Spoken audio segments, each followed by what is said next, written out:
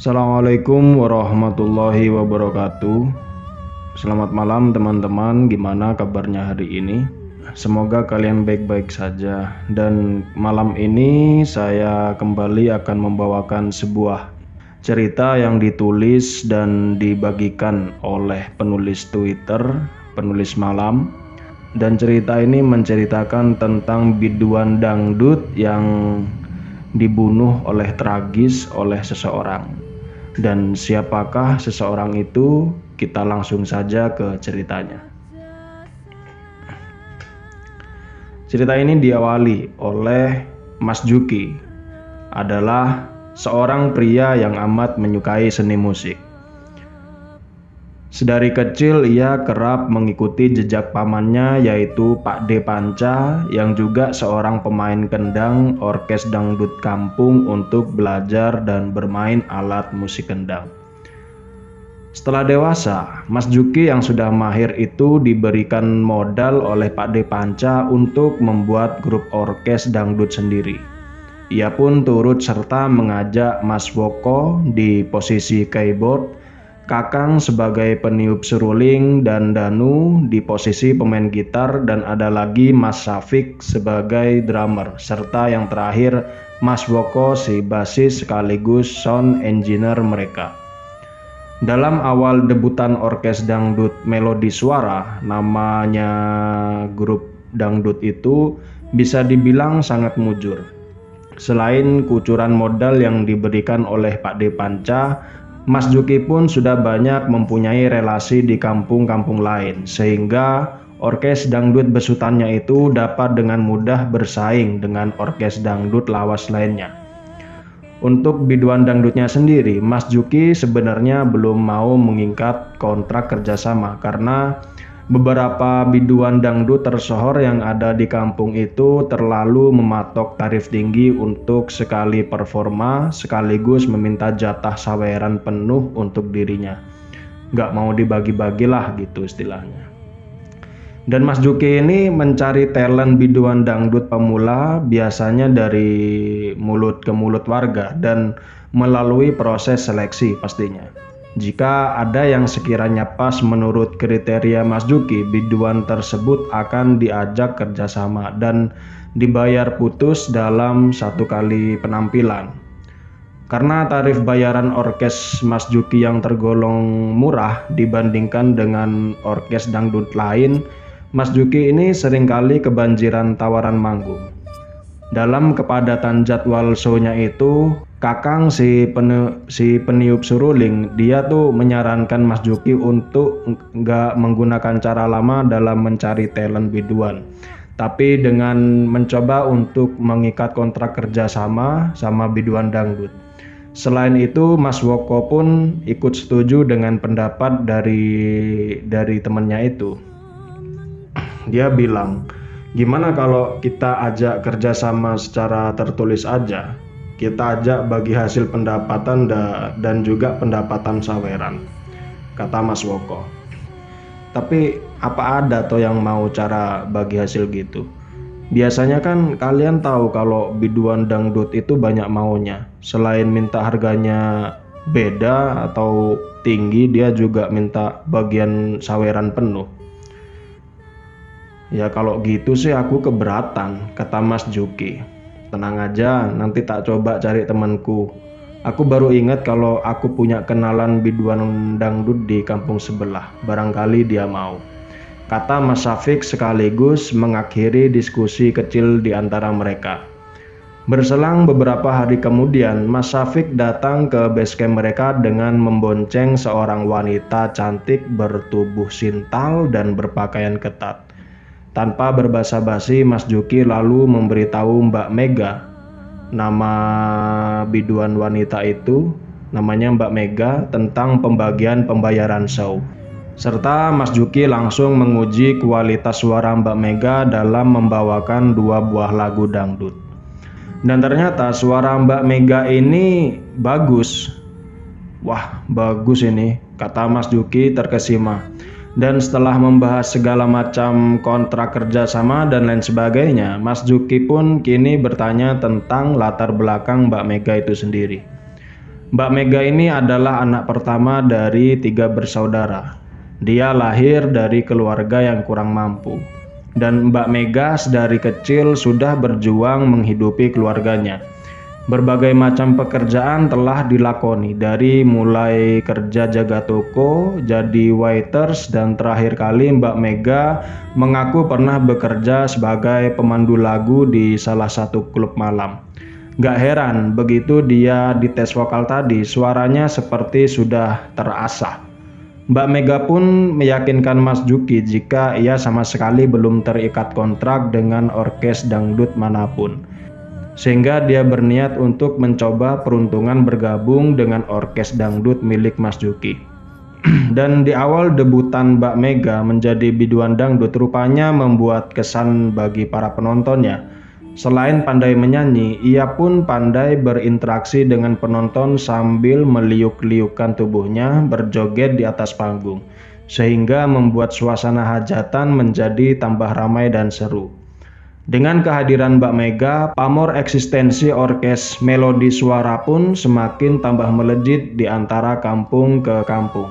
Setiap ada acara hajatan, baik pernikahan, selamatan, syukuran, sunat, dan sebagainya, pasti kini orkes Melodi Suara yang akan selalu dipanggil. Tapi ketika orkes Melodi Suara berada di puncaknya, itu tiba-tiba tingkah laku Mbak Mega tuh semakin berubah. Ia menjadi agak susah dihubungi dan juga jarang hadir ketika grup dangdut itu sedang latihan, ngadakan sesi latihan sebelum perform. Alasannya klise, selalu terdengar dari bibir Mbak Mega. Katanya lagi ada urusan gitu. Dan tepat di tahun 2017 bulan Syawal, Mbak Mega yang biasanya mangkir dari latihan tiba-tiba datang lebih awal dan bicara dengan Mas Juki.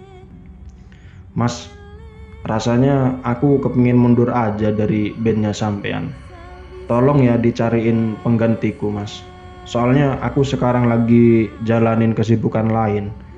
Kasihan kamu, Mas, kalau aku masih di grup orkes ini, kata Mbak Mega. Dan dengar hal itu, Mas Juki agak kaget karena keinginan Mbak Mega itu tiba-tiba. Namun Mas Juki pun menghargai jika itu adalah keputusan yang akan diambil oleh Mbak Mega. Dan begitu sudah selesai latihan, Mbak Mega ini tumben-tumbenan minta diantar oleh sama Mas Juki ke suatu tempat. Dia minta diantar ke depan sampai persimpangan. Katanya sudah ada orang yang nunggu di sana. Loh Meg, tumben kamu, lagian kamu gak bawa motormu sendiri ta? Mas Juki itu baru sadar kalau dari awal datang tadi tuh Mbak Mega gak bawa motor kesayangannya. Lah ya itu makanya Mas, aku wes janjian sama temanku, kata Mega.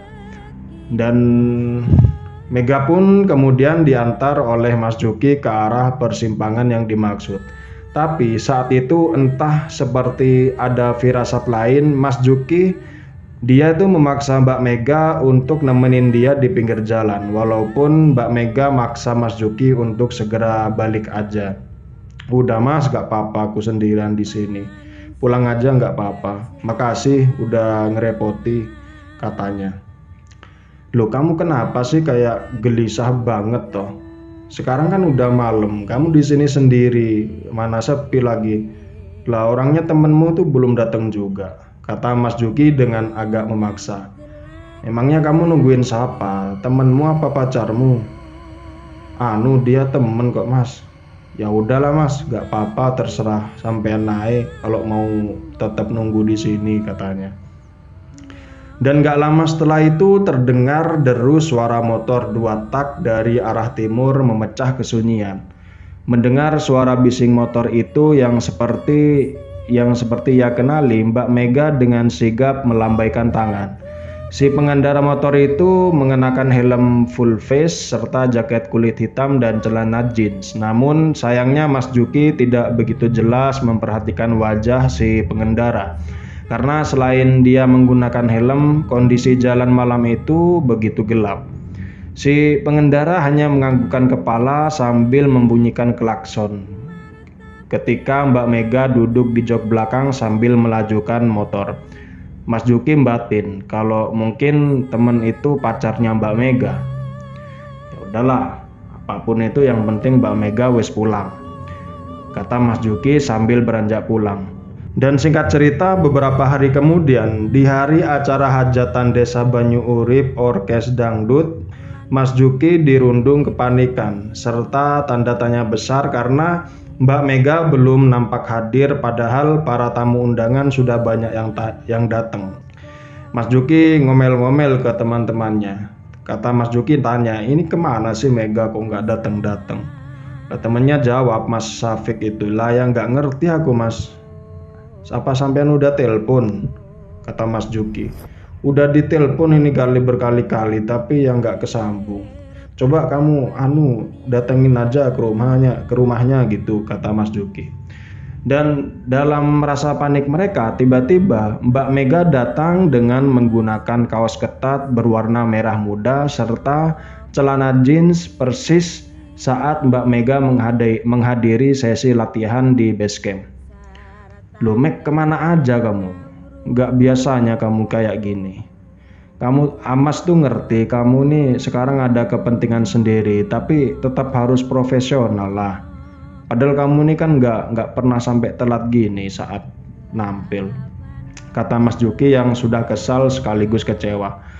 Mas Juki ikut mengomentari penampilan Mbak Mega yang seolah kayak gak niat manggung, sekaligus wajahnya yang pucat, nggak pakai make up. Mas Juki ngomel saat itu, dan beruntungnya Mas Woko dengan sigap langsung menahan perias manten yang kebetulan mau pulang dari acara hajatan terlebih dahulu. Mas Woko lalu meminta perias manten itu kayak nyuruh sedikit memoles wajah pucat Mbak Mega agar terlihat lebih menarik. Dan begitu perias manten itu nyoba merias wajah Mbak Mega, sang perias manten itu bisik-bisik dengan temannya. Gini loh, udah berulang kali diolesi bedak sama pondasi tapi wajahnya kok masih pucet gini, katanya. Mungkin harusnya kamu pupuri karo pupur mayit Mbak, katanya gitu.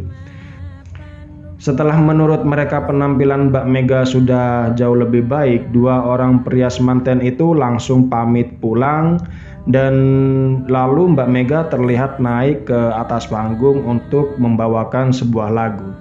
Tapi baru saja satu lagu itu berakhir, Mbak Mega menunjukkan isyarat meminta berhenti, istirahat dulu ke Mas Juki dan menyeret Mas Juki menjauhi panggung. Ada apa lagi Meg? Kamu ini kenapa? Kita baru satu lagu kok wes berhenti, kata Mas Juki heran. Iya Mas, maaf, tapi aku mau ngomong Mas. Aku sakit, badanku sakit semua Mas. Tolong aku Mas, kali ini aja. Aku mau pulang, gak kuat aku. Badanku sakit semua ini, katanya pelan sambil berderai air mata. Sebenarnya Mas Juki tidak mengizinkan, tapi setelah dipikir-pikir dan daripada memaksa Mbak Mega untuk tetap nampil tapi hasilnya nggak maksimal serta takutnya Mbak Mega ini pingsan saat manggung, lebih baik ngizinin pulang terlebih dahulu. Ya wes lah, terserah kamu. Nanti yang lagu sisanya biar ganti gitarisnya aja, kata Mas Juki. Dan 2 hari kemudian rumah kediaman Mas Juki diketuk-ketuk. Begitu Mas Juki membuka pintu rumahnya, ia dikagetkan dengan 2 orang bertubuh tegap memakai pakaian rapi yang mengaku dari pihak kepolisian. Mas Juki bingung karena pagi-pagi buta rumahnya sudah disatroni pihak kepolisian. Polisi itu dengan lugas menanyakan apa betul ia adalah Juki dan apakah Mas Juki ini mengenali sosok yang ada di dalam foto ini. Pak polisi itu menyodorkan sebuah foto. Loh, ini bukannya Mega tak? Kok bisa dari baju dan celananya saya yakin ini Mega, kata Mas Juki. Karena pengakuannya itu, Mas Juki diminta untuk datang ke kantor kepolisian. Mas Juki kemudian mendapatkan beberapa pertanyaan seputar Mbak Mega di kantor polisi. Setelah Mas Juki menjelaskan jika 2 hari kemarin Mbak Mega baru saja menghadiri show atau nampil. Loh, terus polisi itu bilang 2 hari kemarin. Nggak mungkin Thomas, orang jenazahnya aja baru dipenuhi belatung, sudah membusuk mas. Kalau perkiraan kami ya wes pasti korban itu meninggal sekitar 1 minggu lalu. Nah, seketika itu tenggorokan Mas Juki seperti tercekat. Ia batin. Lah terus siapa kemarin yang manggung di Banyu Urip? Rasanya benar-benar sulit dipercaya. Diketahui mayat Mbak Mega itu ditemukan di sebuah gudang. Dari hasil keterangan pihak kepolisian, di sana terdapat bekas cekikan di leher korban, tapi untuk pelaku masih dilakukan pemburuan. Dan sesudah memberikan keterangan kepada pihak kepolisian, Mas Juki dipersilakan pulang kembali. Sekembalinya di rumah, Mas Juki turut memanggil para personil band lain untuk mendatangi rumah dari almarhum Mbak Mega sebagai bentuk bela sungkawa. Di rumah almarhumah Mega, baik Mas Juki dan personil band lain barulah tahu jika rupanya Mbak Mega adalah seorang janda dan juga dirinya baru saja menikah siri dengan seorang pria. Pria tersebut dikenal sangat temperamental dan cemburuan. Atas dugaan polisi serta bukti-bukti yang mengarah kepada tersangka, yaitu suami Mbak Mega, maka kini sang suami pun sedang dilakukan pengejaran pihak kepolisian. Mendengar hal itu dari salah seorang keluarga almarhumah Mbak Mega, Mas Juki hanya bisa menghela napas. Ia maupun anggota personil lainnya benar-benar tidak mengetahui kehidupan pribadi Mbak Mega, karena memang Mbak Mega sendiri mempunyai sifat yang pendiam dan tertutup, apalagi masalah kehidupan pribadinya. Selama si pelaku masih buron, pernah 3 kali Mas Juki kembali ditemui oleh sosok Mbak Mega. Mas Juki ingat jika saat itu tepat di malam Jumat, Mas Juki yang kecapean baru pulang manggung, dia mengendarai sepeda motornya dengan kecepatan tinggi. Tapi begitu melewati persimpangan tempat terakhir kali Mas Juki nganter Mbak Mega, tiba-tiba motornya menjadi kayak berat sekali, bahkan gak kuat saat melewati tanjakan. Mas Juki turun dari motor metiknya itu untuk mengecek apa yang terjadi. Namun begitu ia kembali akan menghidupkan mesin motor itu, ia mendengar dari belakang ada suara lirih tangisan perempuan. Dan ketika Mas Juki menoleh ke jok belakang, dilihatnya seorang perempuan yang tertunduk sambil kedua tangannya menutupi wajah. Dia lagi duduk di jok belakang motor. Entah dari mana datangnya perempuan itu, tapi satu yang pasti perempuan itu bukanlah manusia, melainkan arwah gentayangan Mbak Mega, karena Mas Juki ingat betul pakaian terakhir yang memakai kaos ketat merah muda dan celana jeans. Dan beruntunglah penampakan sosok misterius yang menyerupai Mbak Mega itu hanyalah sepersekian detik saja muncul dan langsung menghilang. Sehingga nggak sampai membuat Mas Juki pingsan di pinggir jalan. Selanjutnya penampakan yang kedua ketika Mas Juki sedang tidur pulas, ia mimpi buruk seperti rep-repan yang membuat napas Mas Juki memburu. Dalam mimpinya itu ia jelas melihat penampakan wujud Mbak Mega membusuk serta dipenuhi belatung mendekati Mas Juki sambil merintih-rintih meminta tolong. Sedangkan penampakan yang ketiga sekaligus yang paling menggegerkan adalah saat orkes band mereka sedang manggung. Salah seorang tamu undangan sempat mengabadikan momen dengan memvideokan atraksi panggung orkes Melodi Suara. Namun ketika video itu diputar kembali, nampak ada sekilas bayangan Mbak Mega yang berdiri diam di atas panggung dan kemudian menghilang. Hal tersebut pun disaksikan oleh semua personil band orkes Melodi Suara yang membuat bulu kuduk merinding. Dan syukurlah tak lama berselang si tersangka atau suami dari Mbak Mega ditangkap pihak kepolisian di tempat persembunyiannya. Dan setelah tersangka tertangkap, menurut Mas Juki ia tidak pernah lagi didatangi atau dimimpikan buruk oleh Mbak Mega. Selain itu, menurut kesaksian dari suami sirinya itu, motif pembunuhan Mbak Mega adalah karena faktor cemburu. Karena Mbak Mega sering banyak tawaran manggung dari desa ke desa. Mbak Mega juga banyak mendapatkan tawaran menyanyi dari kafe ke kafe. Dari sebab itulah sang suami menaruh curiga jika Mbak Mega mempunyai hubungan spesial dengan salah satu pegawai kafe. Dan sang suami sering mengunci Mbak Mega untuk tidak pergi kemana-mana. Dan mungkin karena itu di akhir riwayatnya Mbak Mega sering mangkir kalau ia dimintai datang untuk latihan vokal sebelum manggung sama Mas Juki. Kasus Mbak Mega ini sebenarnya pernah dimuat dalam salah satu artikel berita pembunuhan biduan dangdut di Jawa Timur. Namun dalam cerita kali ini penulis sengaja menyamarkan semua nama serta lokasi atas permintaan narasumbernya. Dan selesai, mungkin segitu dulu untuk cerita kali ini. Penulis pamit undur diri. Dan sekian untuk cerita malam ini tentang biduan dangdut yang tewas dibunuh oleh suaminya sendiri, suami siri.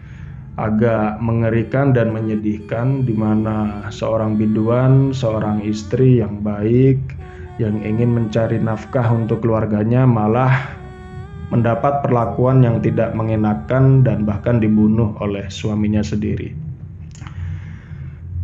Demikian, semoga dari cerita ini kalian mendapatkan hikmah yang baik, yang buruk dibuang saja.